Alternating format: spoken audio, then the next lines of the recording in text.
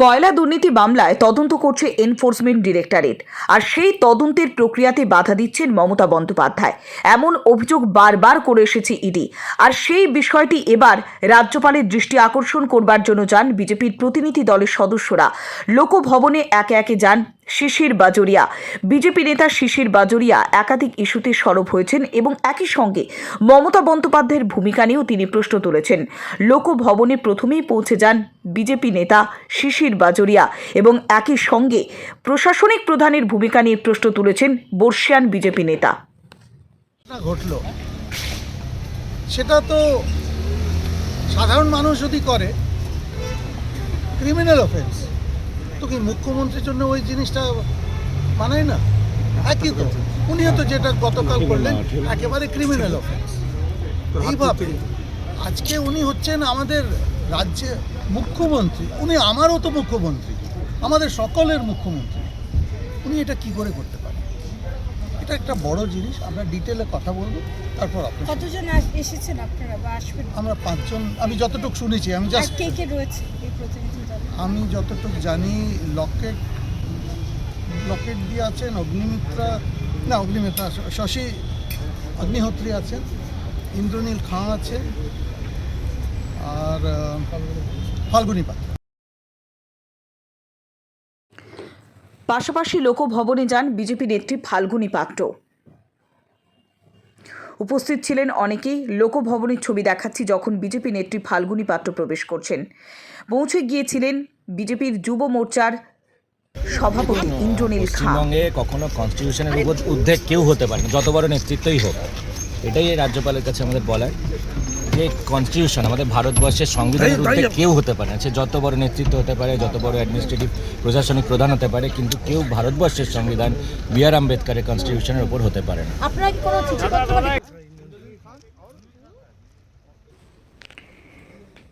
ইন্দ্রনীল খাঁ তিনি আগেও সরব হয়েছিলেন এবং একই সঙ্গে রাজ্যপাল সিভি আনন্দ বোস তার সঙ্গে দেখা করে মমতা বন্দ্যোপাধ্যায়ের ভূমিকা নিয়ে রীতিমতো প্রশ্ন করবেন তারা।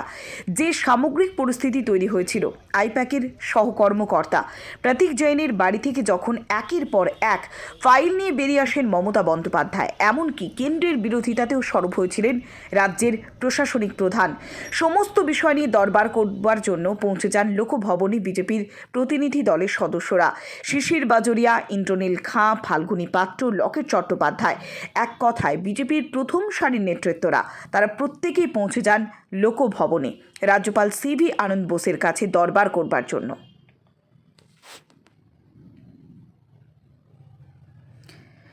একের পর এক বিজেপি নেতৃত্বরা তারা পৌঁছে যান সামগ্রিক বিষয়ে, রাজ্যের আইন শৃঙ্খলা পরিস্থিতি যে জায়গায় গিয়েছে এবং দুর্নীতি পাহাড় প্রমাণ, সেই দুর্নীতির ইস্যুটিকে সামনে রেখে একেবারে লকেট চট্টোপাধ্যায়ের নেতৃত্বে বিজেপির প্রতিনিধি দলের সদস্যরা দেখা করেছেন রাজ্যপালের সঙ্গে। মিডিয়ার মাধ্যমে, সোশ্যাল মিডিয়ার মাধ্যমে আমরা দেখেছি যে সংবিধানে শপথ নেওয়া একজন মুখ্যমন্ত্রী,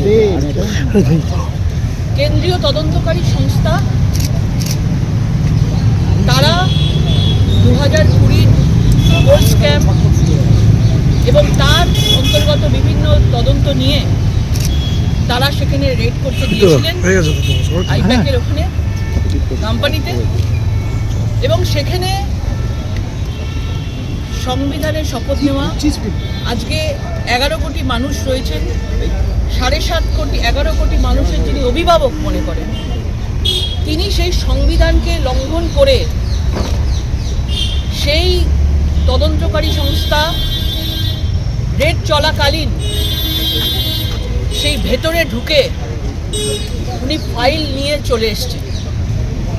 এক কথায় ফাইল সবাইয়ের চোখের সামনে লাইভ আমরা ফাইল চুরি করা দেখেছি, তাও আবার মুখ্যমন্ত্রী। এটাই বলবো অতুলনীয় চুরি। সবাই চোখের সামনে একজন তদন্ত করার সময়, রেড করার সময় একজন বাংলার সংবিধানের শপথ নেওয়া মুখ্যমন্ত্রী সেটা কি করে করতে পারেন, কি করে তাদের চোখের সামনে থেকে ফাইল নিয়ে আসতে পারেন, এবং তারপরে তার সঙ্গে তাদের পুলিশ অফিসার যারা অ্যাডমিনিস্ট্রেটিভ লেভেলে রয়েছেন কর্মরত অবস্থায়, ডিউটি অবস্থায় তাদেরকে সঙ্গে নিয়ে তিনি তাদেরকেও সংবিধান লঙ্ঘন করার জন্য প্রেশার দিয়ে জোর করে তাদেরকে নিয়ে গিয়ে তাদেরকেও কিন্তু এই সংবিধান লঙ্ঘন করার বাঁধটা তাদেরকে দিয়েও ভেঙেছেন, শুধু নিজে ভাঙেননি। এবং যেভাবে দেখা গেছে মুখ্যমন্ত্রী ভয় পেয়ে গেছেন, তৃণমূল সরকার ভয় পেয়ে গেছেন, যেন মনে হচ্ছে ওখানে অনেক কিছু ছিল, সেই মৌমাছির ভোমরাতে তাক লেগে গেছে। 2011-তে মুখ্যমন্ত্রী হওয়ার পর ভবানীপুর থানা থেকে তিনজনকে আটক করা হয়েছিল, সোজা থানায় ঢুকে তাদেরকে নিয়ে উনি বেরিয়ে গেছিলেন বেআইনিভাবে। তারপরে আমরা রাজীব কুমারের সময় দেখেছি, সবাই দেখেছেন, সাক্ষী ছিলেন, যে ওই শীতের ঠান্ডায় ফেব্রুয়ারি মাসে সেখানে রেড করতে যাওয়া হয়েছিল, সেখানে অভিযান চালানো হয়েছিল। তার আগে উনি গিয়ে ধর্নায় দিতে বসে ছিলেন। এটা বেআইনি, অসাংবিধানিক। এবং তারপরে ক্রমশ দেখছি এবারে বাইরে ধর্না দেননি, এবারে সরাসরি চলে গিয়ে ফাইল তুলে নিয়ে হার্ড ডিস্ক তুলে নিয়ে চলে আসছে। এবং এর জন্য তার কোনো শাস্তি হবে না? তার কি কোনো শাস্তি নেই? আজকে সিআইডি যদি কোনো জায়গায় তদন্ত করত, সেইখানে কেউ গিয়ে কি সামনে গিয়ে সেইখান থেকে ফাইল নিয়ে আসতে পারত? তিনি কি করতেন তাকে? আজকে কেন্দ্রীয় তদন্তকারী সংস্থা তারা মনে করেছে তাদের তদন্তের খাতিরে সেই আইপ্যাকের মতো সংস্থায় কিছু তথ্য তারা পেয়েছে এবং তথ্য যাচাই করেই তারা ওখানে গেছেন।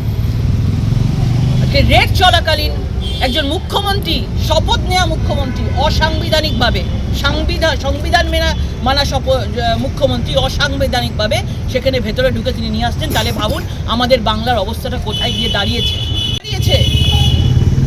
আজকে ফাইল নিয়ে বলছেন আমি প্রার্থী তালিকা আমি আমার প্রার্থী তালিকা নিয়ে নিচ্ছে, হার্ড ডিস্ক নিয়ে নিচ্ছে। আচ্ছা, এত বাঙালি তো করেন, এত বাঙালিদের প্রার্থী তালিকা একজন অবাঙালির কাছে কি করে থাকে? আইপ্যাক সংস্থা তো যিনি চালান তিনি তো অবাঙালি প্রতীক জেন।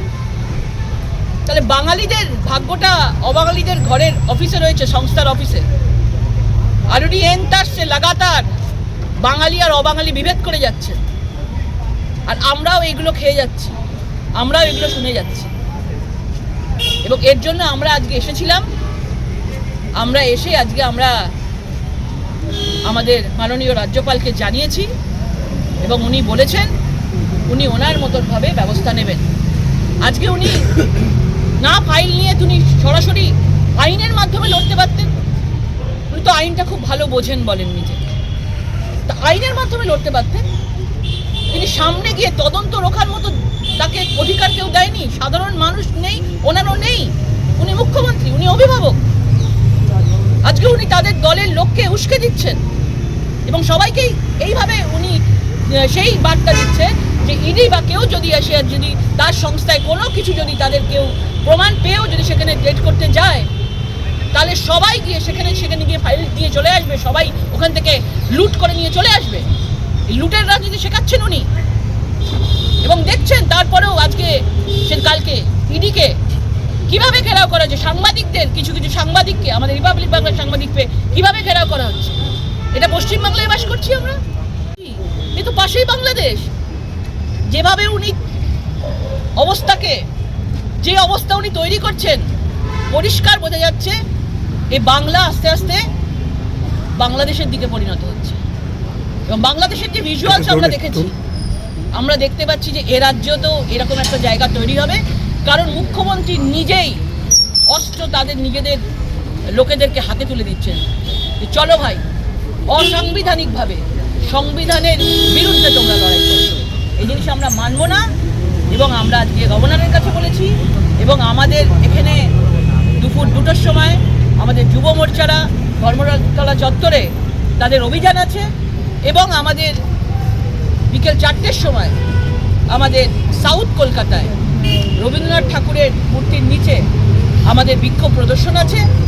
এইভাবে ফাইল চুরি করে আমরা কয়লা চুরি দেখেছি, পাথর চুরি বলেছি, গরু চুরি বলেছি, এবার নতুন সংযোজন ফাইল চুরি, এবং সেটা অত্যন্ত দুঃখের যে একজন মুখ্যমন্ত্রী এই ভুল পথ আগামী প্রজন্মকে কেন দেখাচ্ছে, এই তৃণমূলকে কেন আরও বেশি করে হিংস্র সন্ত্রাসবাদী করে দিচ্ছে।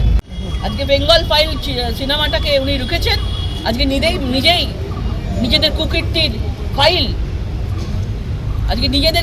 ফাইল, আজকে ইডির সামনে থেকে, চোখের সামনে থেকে আজকে উনি নিয়ে চলে যাচ্ছেন, হার্ডডিস্ক নিয়ে চলে যাচ্ছেন।